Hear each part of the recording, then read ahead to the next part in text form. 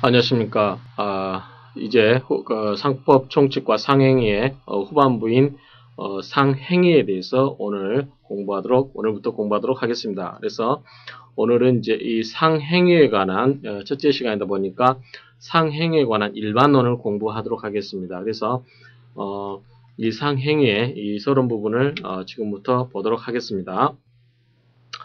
상행에 관한 이제 책에는 이 특성, 종류 이렇게 돼 있고, 그 다음에 통칙변으로서 이건 뭐냐면 상행에 관한 특징인데, 이게 이제 우리가 민법상의 여러 행위들이 있죠. 그래서 민법 행위에 관한 내용들이 상법에서 어떻게 좀 더 다르게 규정되어 있는가라는 부분을 규정하고 있는 부분입니다. 그래서 여기에 보면 총칙편, 민법 총칙편에 관한 특칙이 있고, 물권법에 관한 특칙, 채권편에 관한 특칙, 그다음에 유가증권에 관한 규정이 있고, 상호계산, 익명조합 이런 순서대로 이 규정이 돼 있고, 자 이것을 공부한 다음에 강론으로서 대리상이 이제 여러 가지를 공부하게 됩니다. 그래서 그러고 공부하게 되는데 다시 좀 책을 보게 되면 총칙편에서는 상행위 총칙편에서는 통칙으로서 이러이러한 것을 상행의 의라든가 종류, 특칙, 그 민법에 대한 특칙이 있죠. 방금 말한 민청, 물권, 채권, 총론에 관한 특칙, 그다음 유권증권, 그다음에 상인 간의 매매, 그다음에 상호 계산, 익명조합 이러한 내용들을 공부하신 다음에 각 칙으로서 대리상, 중개업, 위탁매매업, 운송주선업, 운송업, 공중적계업, 창고업 이렇게 해서 하나, 둘, 셋, 넷, 다섯, 여섯, 일곱. 그래서 7개의 대표적인 상행위에 대해서 그런 것을 공부를 하도록 하겠습니다. 그래서 오늘 우리가 공부할 부분은 이번 주에 공부할 부분은 이 부분입니다. 그래서 통칙 중에서도 일반 의의와 종류, 그다음에 민법에 대한 특칙들 이러한 내용을 가지고 공부를 하도록 하겠습니다. 자, 상행위라고 하는 것은 영업 활동에 관한 것이죠. 그래서 역시 처음에 공부할 때 항상 실질적 의의 형식적 의의 이렇게 되어 있는데, 자, 형식적이라고 하는 것은 법전을 생각하시면 된다고 했어요. 그래서 형식적 의의 상행위법이라고 하는 것은 결국은 상법 제2편에 있는 상행위에 관한 규정들을 쭉 나열하고 있습니다. 그래서 이런 것에는 이제 방금 제가 책에서 설명드렸다시피 여기에 관한 내용은 이제 총론이라고 할 수 있는 통칙 내용이 있습니다. 그래서 민법에 대한 특칙, 상호계산, 익명조합 이런 것들이 있고, 그 다음에 각 칙에는 대리상, 중개업 이런 걸로 해서 7개가 있다라고 방금 설명드렸습니다. 그래서 이거는 우리 상법전 제2편의 상행위편에 보면 총칙 부분과 그 다음에 대리사항을 위시로 한 7개의 각각의 상행위 유형을 규정하고 있는 7개의 강론 부분을 이렇게 나눌 수 있다라고 설명드릴 수 있습니다.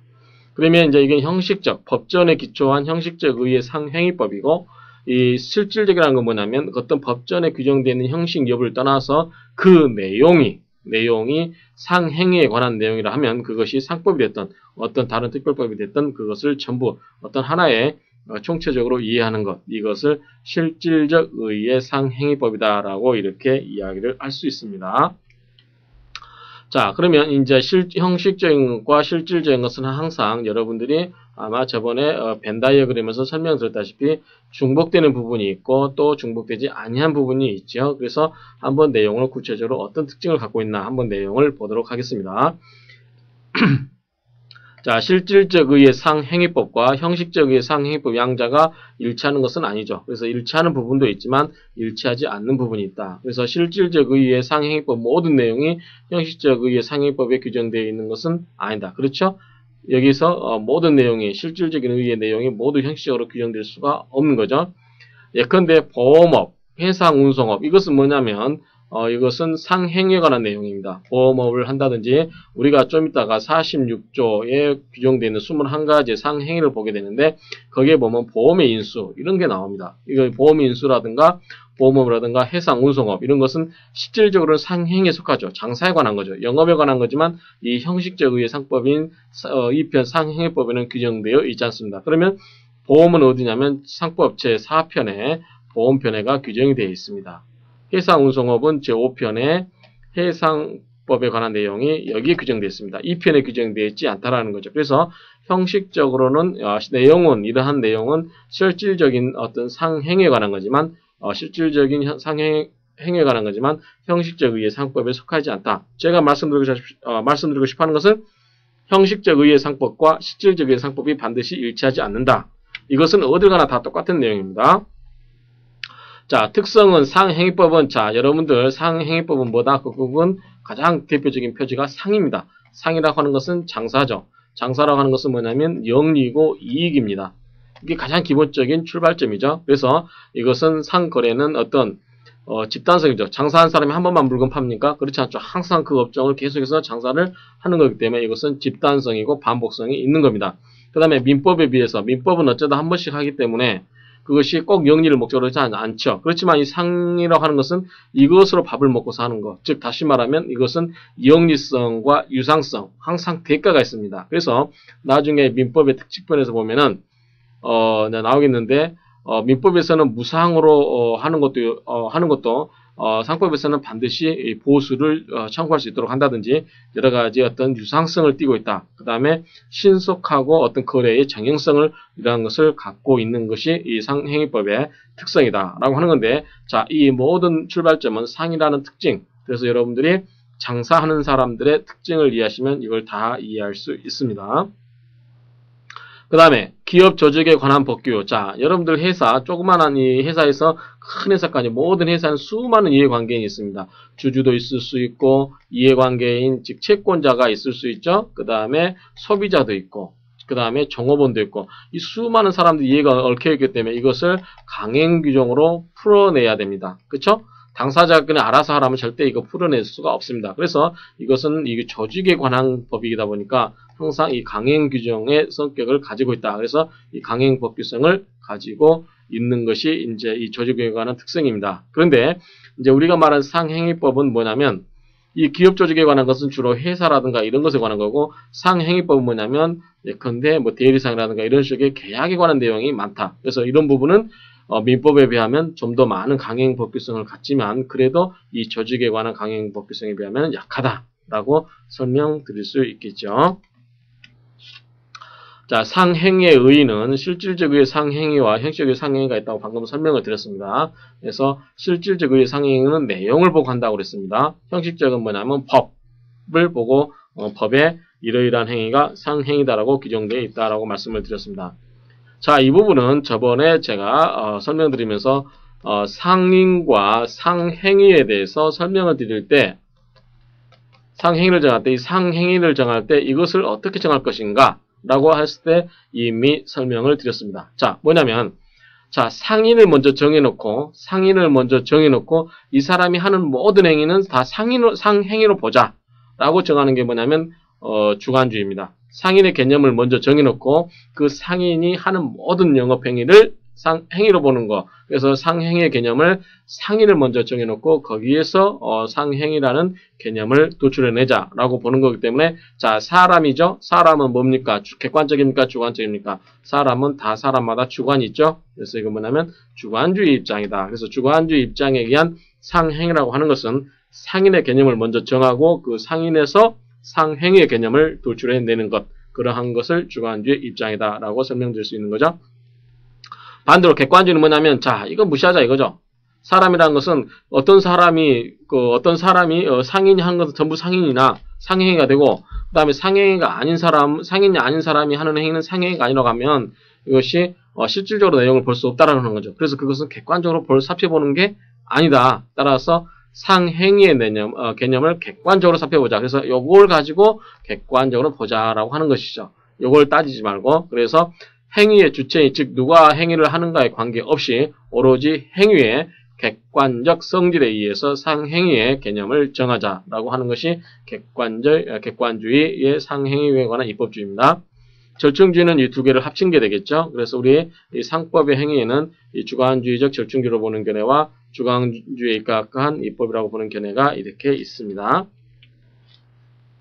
자, 상행위를 종류를 이제 분류를 해봅시다. 상행위를 어떻게 분류할 것인가에 대해서 크게 이제 절대적 상행위와 상대적 상행위가 있는데, 절대적 상행위라고 하는 것은 행위 성질이 상행이기 때문에 무조건 상행위가 되는 거고, 상대적 상행위라는 것은 예컨대 집단적으로 거래가 반복적이고 어느 정도 유형성을 가졌을 때 비로소 상행위로 보자. 어떠한 행위가 있다 할지라도. 그래서 예컨대 우리가 부동산을 한번 사고 팔았다. 여러분들이 10년 만에 아파트를 처음 사게 돼서 부동산을 샀다. 그럼 여러분들 부동산을 산 것은 뭐냐면 나중에 배우는 부동산 매매에 관한 겁니다. 그러면 여러분들 46조에 보면 제1호의 부동산 매매 이게 있습니다. 그럼 여러분들이 집을 한번 사고 팔았죠. 또 여러분들이 다시 한번 집을 사고 팔려면 몇 년이 걸릴 줄 모릅니다. 그렇죠? 이것은 여러분들이 장사를 하기 위한 것은 아니잖아요. 그렇죠? 그래서 이것은 이 거래가 집단적이고 반복적이고 그러한 거래가 아니기 때문에 여러분이 하는 부동산 매매는 상행이라고 볼 수가 없습니다. 그렇지만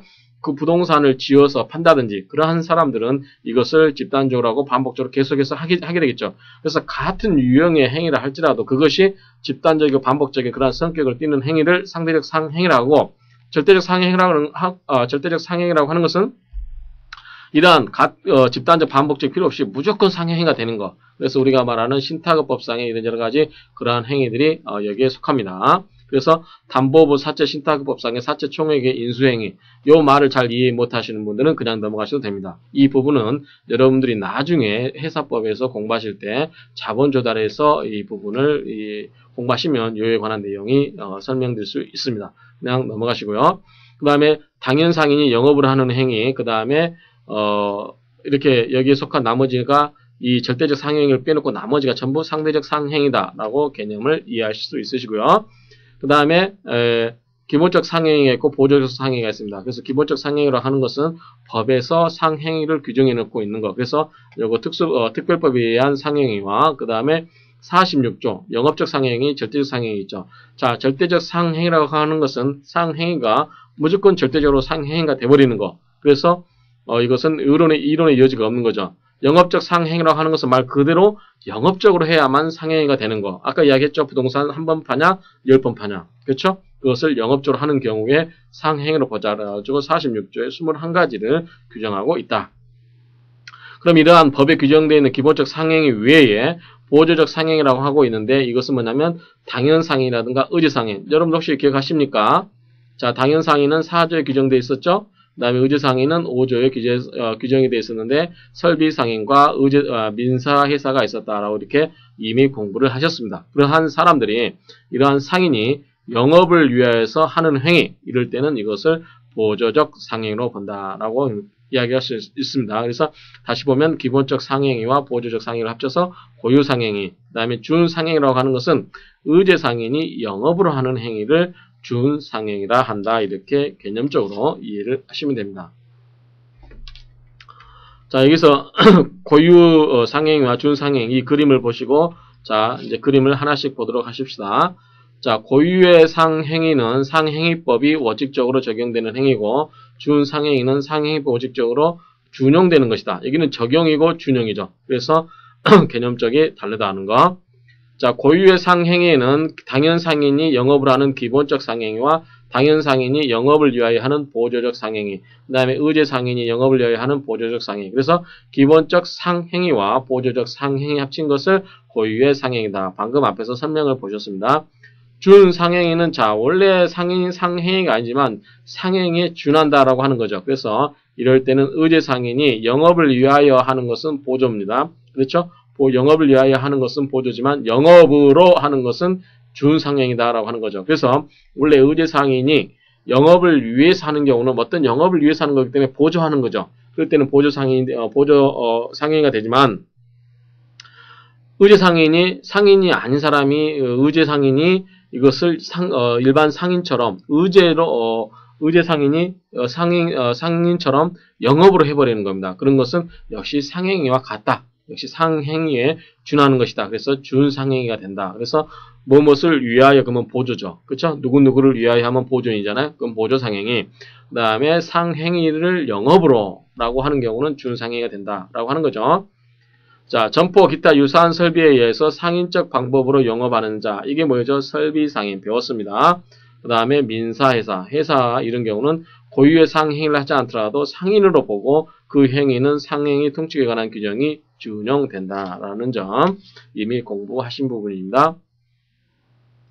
자, 기본적 상행위와 보조적 상행위 계속해서 나오는데 자, 영업적 상행위는 상인이 영업으로 하는 행위고 이에는 당연상인이 영업으로 하는 상행위인 기본적 상행위와 의제상인이 영업을 하는 상행위인 준상행위가 있다. 방금 설명을 드렸고요. 자, 영업으로 한다는 건 무슨 말입니까? 집단적, 반복적, 계속적 그런 의미입니다. 기본적 상행위에는 46조에 21가지의 규정이 되어 있는데 그 46조에 규정되어 있는 21가지가 예시냐, 예시라고 한다는 것은 그것 말고도 또 다른 것이 상행위로 인정될 수 있는 거냐라고 보는 것과 이것을 제한적 열거로 본다고 하는 것은 46조에 규정되어 있는 21가지 그것만 상행위가 되는 거고 그 위의 것은 상행위로 보지 않는다라는 뜻입니다. 통설은 이것은 제한적 열거로 보기 때문에 46조에 규정되어 있는 21가지만 상행위로 본다라고 이렇게 이해하시면 됩니다. 자, 신종 상행위는 의제 상인으로 보아 상법을 적용하게 됨으로써 신종의 상행위가 상법의 적용을 피할 수 없다. 이런 경우는 뭐다? 준상행위로 본다라는 거죠. 자, 보조적 상행위라고 하는 것은 자, 상인이 영업을 위하여라고 했습니다. 위하여 하는 상행위로 보는데 이러한 상행위를 보조적 상행위라고 한다. 그 다음에 상인의 행위는 영업을 위하여 하는 것으로 추정을 하죠. 영업을 위하여 하는 행위라는 것은 여러분들 사무소를 장사를 하기 위해서 뭐를 합니까? 사무소를 얻겠죠. 사무소를 임대한다든지 그 다음에 돈을 꾸온다든지 그러한 것 등이 다 이러한 영업을 위하여 하는 행위다라고 이해하시면 됩니다. 그 다음에 기본적 상행위와는 달리 법률행위에 한정하지 않고 최고, 통지, 준법률행위, 사실행위에도 이러한 경우에도 보조적 상행위에 포함이 될 수 있다. 그렇지만 이 불법행위에 대해서는 학설은 아니지만 판례는 이것은 보조적 상행위가 될 수 없다. 그렇죠? 이 불법행위는 이 판례에 의하면 이것은 상행위로 볼 수 없다라고 하는 거죠. 자, 이것은 쉽습니다. 일방적 상행위와 쌍방적 상행위인데 말 그대로 일방적은 뭐냐면 자, 이 사람과 이 사람이 이제 거래를 하는 거죠. 당사자 거래하는데 한쪽만 상인인 경우 이것을 일방적 상행위라고 하는 거고 쌍방적 상행위라고 하는 것은 두 사람이 다 모두 상인인 경우를 말한다. 그런데 우리 민법 3조에 보면은 상법 3조에 보면 일방적 상행인 경우에도 상법을 준용하도록 하고 있기 때문에 한 사람이 상인이고 한 사람이 민간인, 즉 민법상의 일반인이라 할지라도 이런 경우는 상법의 적용을 받습니다. 다만 우리 상법에 일방적 상행위에도 상법이 적용되지만 상법에 상인, 간 이렇게 규정하고 있는 경우 상인, 간이라고 하는 것은 상인과 상인 사이죠.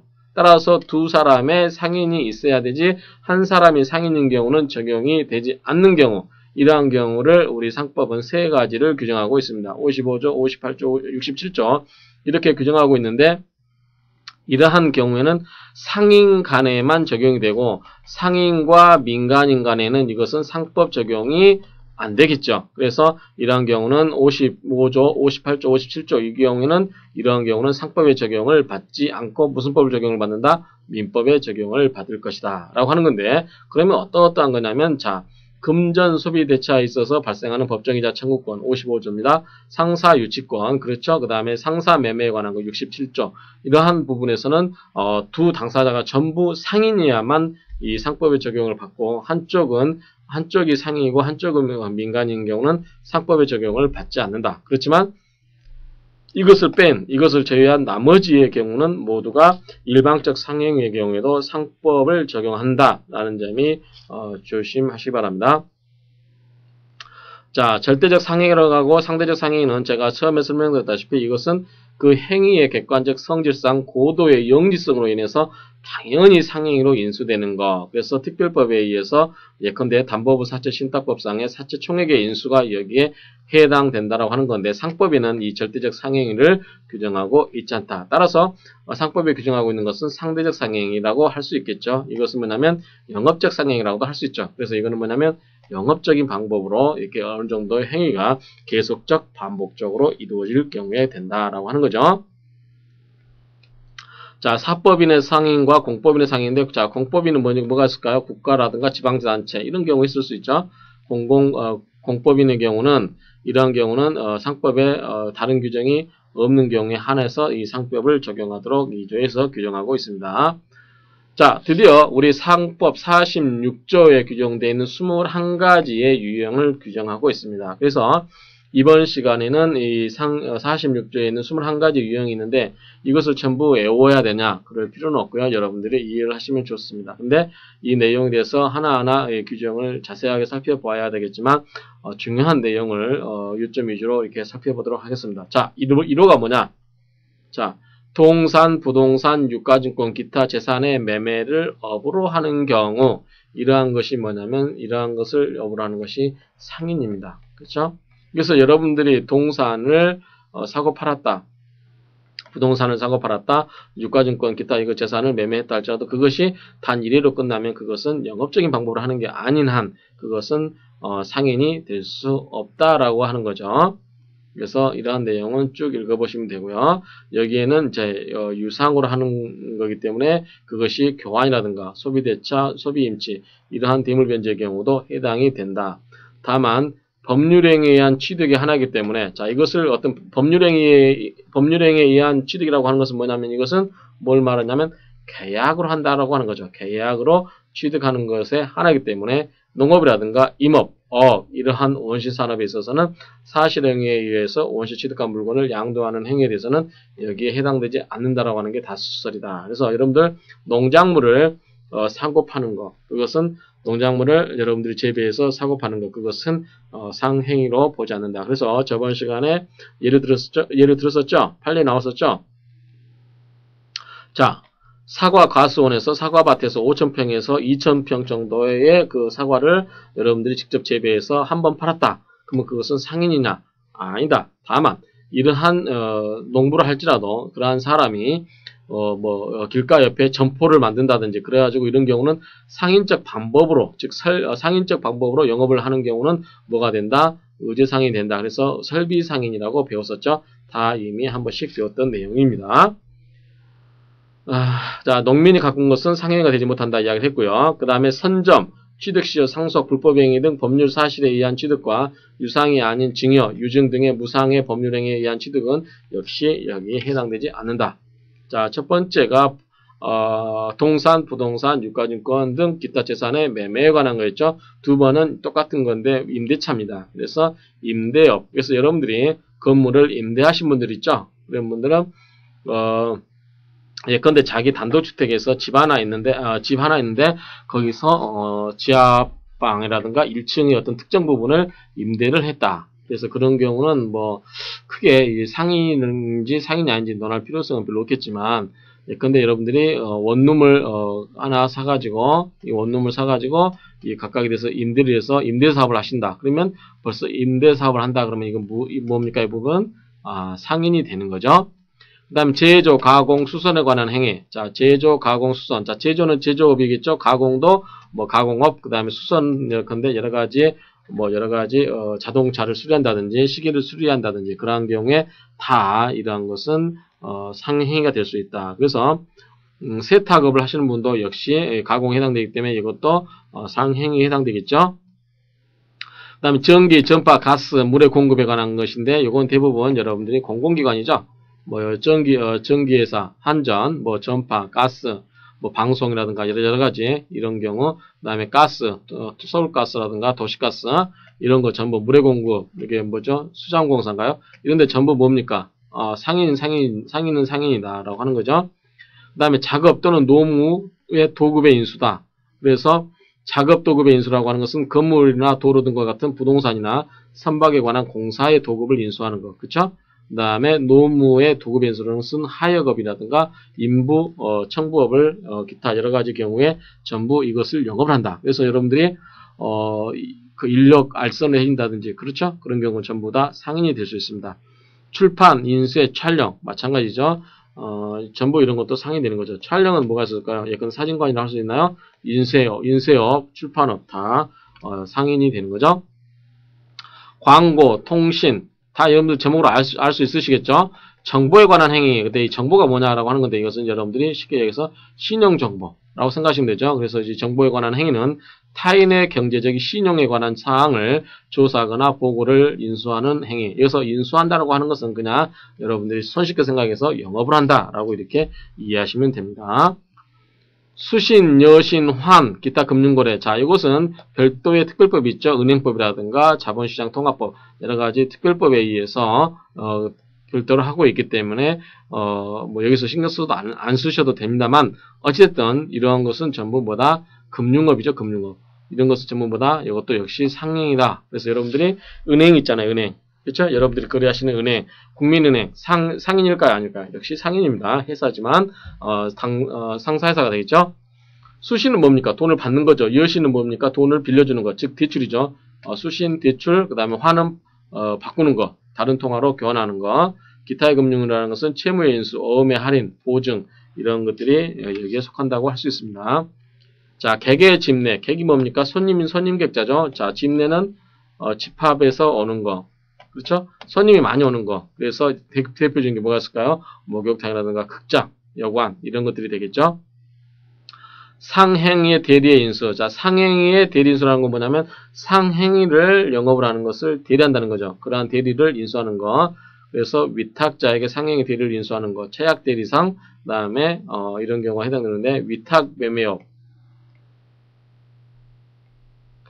그래서 우리가 나중에 강론 시간에 위탁 매매업에 관한 그 내용을 공부하시는데, 자, 위탁 매매업이라고 하는 것은, 자, 위탁자가 수탁자에게, 어떤 것을 해달라고 부탁을 하는 거죠. 그래서 이런 것을, 영업을 하는 거. 그래서 이 수탁인은 뭐죠? 위탁인을 대리해서 어떤 법률 행위를 하는 거죠. 영업을 하는 거죠. 그래서 그것을 업을 하는 거죠. 그게 뭐냐면 상행위의 대리인수다라고 하는 거죠. 그 다음 중개에 관한 행위. 중개는 뭐 예컨대 동사매매, 금전대차, 그 다음에 결혼상담소, 직업알선, 이런 여러 가지 타인 간의 법률행위의 매개를 인수하는 것이다 라고 하는 건데, 이 중개인이 중개하는 법률행위는 상행위뿐만 아니라 민사상의 행위를 포함합니다. 그 다음에 위탁매매, 기타 주선에 관한 행위. 그쵸? 표를 한번 읽어보시면 되고, 나중에 위탁매매인이라든가 운송주선인, 준위탁매매인, 이건 다 여러분들이 이 상행위법 시간에 다 공부를 하십니다. 그 다음 운송인수라고 하는 것은 뭐냐면 그냥 운송업이라고 생각하시면 됩니다. 운송업. 자, 운송하는 것을 업으로 한다. 운송의 인수라고 하는 것은 아까 인수는 뭐다? 영업을 한다 그 말이죠. 영업을 한다. 그래서 운송의 인수라고 하는 것은 운송을 영업을 하는 거. 그래서 뭐가 있냐면 뭐 선박회사라든가 그러한 것들이 있고 자동차, 철도 이런 것들이 있을 수 있죠. 자, 임치의 인수. 임치라고 하는 것은 뭡니까? 맡겨서 보관하는 거죠. 맡겨서 보관하는 거. 놓을 치자. 그래서 이런 것은 타인의 물건 또는 유가증권 등을 보관하는 것을 인수하는 행위, 임치계약이다. 대표적인 게 창고업자죠. 창고업자가 여러분들 이사 가기 전에 예컨대 그 짐이 많다. 근데 당장 들어갈 수 없다. 그럴 경우는 여러분들이 이사 갈 짐을 창고업자한테 맡겨둘 수가 있죠. 그렇죠? 그 사람은 뭐냐면 물건을 맡아가지고 보관하고 있는 거죠. 그런 사람도 창고업자가 뭐다? 상인이 되는 겁니다. 아시겠죠? 그 다음에 주차장도 마찬가지입니다. 차, 임시물건 보관소 다 마찬가지입니다. 신탁의 인수. 신탁이라고 하는 것은 자, 위탁자와 수탁자와의 특별한 신인관계에 기해서 위탁자가 특정의 재산권을 수탁자에게 이전하거나 기타의 처분을 하고 수탁자로 하여금 수익자 이익이나 특정한 목적을 위하여 재산권을 관리, 처분하게 하는 법률관계다라고 하는 건데, 여러분들 읽어보시면 이해가 되는데, 자, 신탁의 가장 여러분들 대표적인 게 뭐가 있을까요? 아마 여러분들 민법에 물권법을 공부하신 분들은 아마 한 번쯤 들어보셨을 때 명의신탁이라고 하는 게 있죠. 명의신탁. 그쵸? 물론 여기서 개념하고 다를 수 있습니다. 그렇지만 신탁의 개념을 설명드리기 위해서 설명을 드린 겁니다. 명의신탁이 뭡니까? 자, 제가 집이 두 채가 있습니다.